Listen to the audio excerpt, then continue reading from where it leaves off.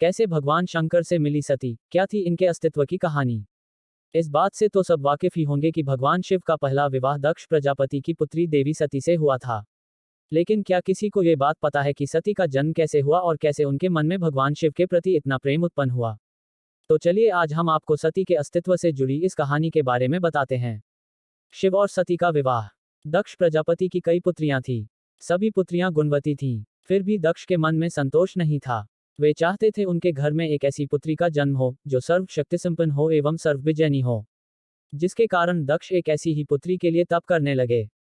तप करते करते अधिक दिन बीत गए तो भगवती आद्या ने प्रकट होकर कहा, मैं तुम्हारे तप से प्रसन्न हूं। तुम किस कारण वश तप कर रहे हो। दक्ष ने तप करने का कारण बताया तो मां बोली, मैं स्वयं पुत्री रूप में तुम्हारे यहाँ जन्म धारण करूंगी। मेरा नाम होगा सती। मैं सती के रूप में जन्म लेकर अपनी लीलाओं का विस्तार करूंगी। फलतः भगवती आद्या ने सती रूप में दक्ष के यहाँ जन्म लिया।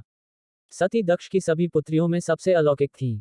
सती ने बाल्य अवस्था में ही कई ऐसे अलौकिक आश्चर्यचलित करने वाले कार्य कर दिखाए थे जिन्हें देखकर स्वयं दक्ष को भी विस्मयता होती रहती थी।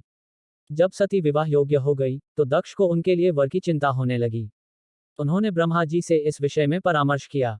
ब्रह्मा जी ने कहा, सती आद्या का अवतार हैं। आद्या आदि शक्ति और शिव आदि पुरुष हैं। अतः सती के विवाह के लिए शिव ही योग्य और उचित वर हैं। दक्ष ने ब्रह्मा जी की बात मानकर सती का विवाह भगवान शिव के साथ कर दिया। सती कैलाश में जाकर भगवान शिव के साथ रहने लगी। भगवान शिव के दक्ष के दामाद थे, किंतु एक ऐसी घटना घटित हो गई जिसके कारण दक्ष के हृदय में भगवान शिव के प्रति बैर और विरोध भाव पैदा हो गया। एक बार देवलोक में ब्रह्मा ने धर्म के निरूपण के लिए एक सभा का आयोजन किया था। सभी बड़े बड़े देवता सभा में एकत्र हो गए थे। भगवान शिव भी इस सभा में बैठे थे। सभा मंडल में दक्ष का आगमन हुआ।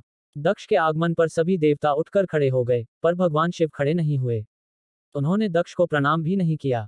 फलतः दक्ष ने अपमान का अनुभव किया। केवल यही नहीं, उनके हृदय में भगवान शिव के प्रति ईर्ष्या की आग जल उठी। वे उनसे बदला लेने के लिए समय और अवसर की प्रतीक्षा करने लगे। एक बार सती और शिव कैलाश पर्वत पर बैठे हुए परस्पर वार्तालाप कर रहे थे।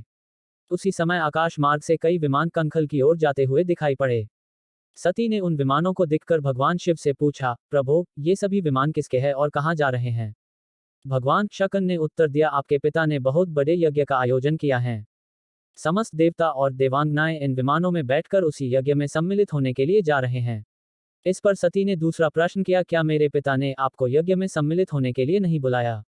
भगवान शंकर ने उत्तर दिया, आपके पिता मुझसे बैर रखते हैं, फिर वे मुझे क्यों बुलाने लगे। सती मन ही मन सोचने लगी, फिर बोली, यज्ञ के इस अवसर पर अवश्य मेरी सभी बहनें आएंगी। उनसे मिले हुए बहुत दिन हो गए। यदि आपकी अनुमति हो तो मैं भी अपने पिता के घर जाना चाहती हूँ। यज्ञ में सम्मिलित हो लूंगी और बहनों से भी मिलने का सुअवसर मिलेगा। भगवान शिव ने उत्तर दिया, इस समय वहां जाना उचित नहीं होगा। आपके पिता मुझसे जलते हैं, हो सकता है वे आपका भी अपमान करें। बिना बुलाए किसी के घर जाना उचित नहीं होता है। इस पर सती ने प्रश्न किया, ऐसा क्यों। भगवान शिव ने उत्तर दिया, विवाहिता लड़की को बिना बुलाए पिता के घर नहीं जाना चाहिए, क्योंकि विवाह हो जाने पर लड़की अपने पति की हो जाती है। पिता के घर से उसका संबंध टूट जाता है। लेकिन सती पीहर जाने के लिए हट करती रहीं। अपनी बात बार बार दोहराती रहीं। उनकी इच्छा देखकर भगवान शिव ने पीहर जाने की अनुमति दे दी। उनके साथ अपना एक गण भी साथ में भेज दिया। उस गण का नाम वीरभद्र था। सती वीरभद्र के साथ अपने पिता के घर गईं। घर में सती से किसी ने भी प्रेमपूर्वक वार्तालाप नहीं किया। दक्ष ने उन्हें देखकर कहा, तुम क्या यहाँ मेरा अपमान कराने आई हो। अपनी बहनों को तो देखो, वे किस प्रकार भांति भांति के अलंकारों और सुंदर वस्त्रों से सुसज्जित हैं। तुम्हारे शरीर पर मात्र बाघंबर हैं। तुम्हारा पति श्मशानवासी और भूतों का नायक है। वह तुम्हें बाघंबर छोड़कर और पहना ही क्या सकता है। दक्ष के कथन से सती के हृदय में पश्चाताप का सागर उमड़ पड़ा। वे सोचने लगी, उन्होंने यहाँ आकर अच्छा नहीं किया। भगवान ठीक ही कह रहे थे, बिना बुलाए पिता के घर भी नहीं जाना चाहिए। पर अब क्या हो सकता है। अब तो आ ही गई हूँ। पिता के कटु और अपमानजनक शब्द सुनकर भी सती मौन रहीं। वे उस यज्ञमंडल में गईं जहां सभी देवता और ऋषि मुनि बैठे थे तथा यज्ञकुंड में धू धू करती जलती हुई अग्नि में आहुतियां डाली जा रही थीं। सती ने यज्ञमंडप में सभी देवताओं के तो भाग देखे, किंतु भगवान शिव का भाग नहीं देखा। वे भगवान शिव का भाग न देखकर अपने पिता से बोली, पितृश्रेष्ठ यज्ञ में तो सबके भाग दिखाई पड़ रहे हैं, किंतु कैलाशपति का भाग नहीं है। आपने उनका भाग क्यों नहीं रखा। दक्ष ने गर्व से उत्तर दिया, मैं तुम्हारे पति शिव को देवता नहीं समझता। वह तो भूतों का स्वामी, नग्न रहने वाला और हड्डियों की माला धारण करने वाला है। वह देवताओं की पंक्ति में बैठने योग्य नहीं है। उसे कौन भाग देगा। सती के नेत्र लाल हो उठे। उनकी भौहें कुटिल हो गईं। उनका मुखमंडल प्रलय के सूर्य की भांति तेजोदीप्त हो उठा।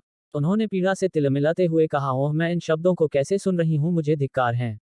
देवताओं, तुम्हें भी धिक्कार हैं, तुम भी उन कैलाशपति के लिए इन शब्दों को कैसे सुन रहे हो जो मंगल के प्रतीक हैं और जो क्षण मात्र में संपूर्ण सृष्टि को नष्ट करने की शक्ति रखते हैं।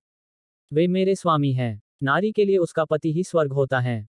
जो नारी अपने पति के लिए अपमानजनक शब्दों को सुनती है उसे नरक में जाना पड़ता है। पृथ्वी सुनो, आकाश सुनो और देवताओं, तुम भी सुनो, मेरे पिता ने मेरे स्वामी का अपमान किया है। मैं अब एक क्षण भी जीवित रहना नहीं चाहती। सती अपने कथन को समाप्त करती हुई यज्ञ के कुंड में कूद पड़ी। जलती हुई आहुतियों के साथ उनका शरीर भी जलने लगा। यज्ञ मंडप में खलबली पैदा हो गई, हाहाकार मच गया। देवता उठकर खड़े हो गए। वीरभद्र क्रोध से कांप उठे। वे उछल-उछलकर यज्ञ का विध्वंस करने लगे। यज्ञ मंडप में भगदड़ मच गई। देवता और ऋषि मुनि भाग खड़े हुए। वीरभद्र ने देखते ही देखते दक्ष का मस्तक काटकर फेंक दिया। समाचार भगवान शिव के कानों में भी पड़ा। वे प्रचंड आंधी की भांति कंखल जा पहुंचे। सती के जले हुए शरीर को देखकर भगवान शिव ने अपने आप को भूल गए। सती के प्रेम और उनकी भक्ति ने शंकर के मन को व्याकुल कर दिया। उन शंकर के मन को व्याकुल कर दिया जिन्होंने काम पर भी विजय प्राप्त की थी और जो सारी सृष्टि को नष्ट करने की क्षमता रखते थे। वे सती के प्रेम में खो गए, बेसुध हो गए। भगवान शिव ने उन्मत्त की भांति सती के जले हुए शरीर को कंधे पर रख लिया।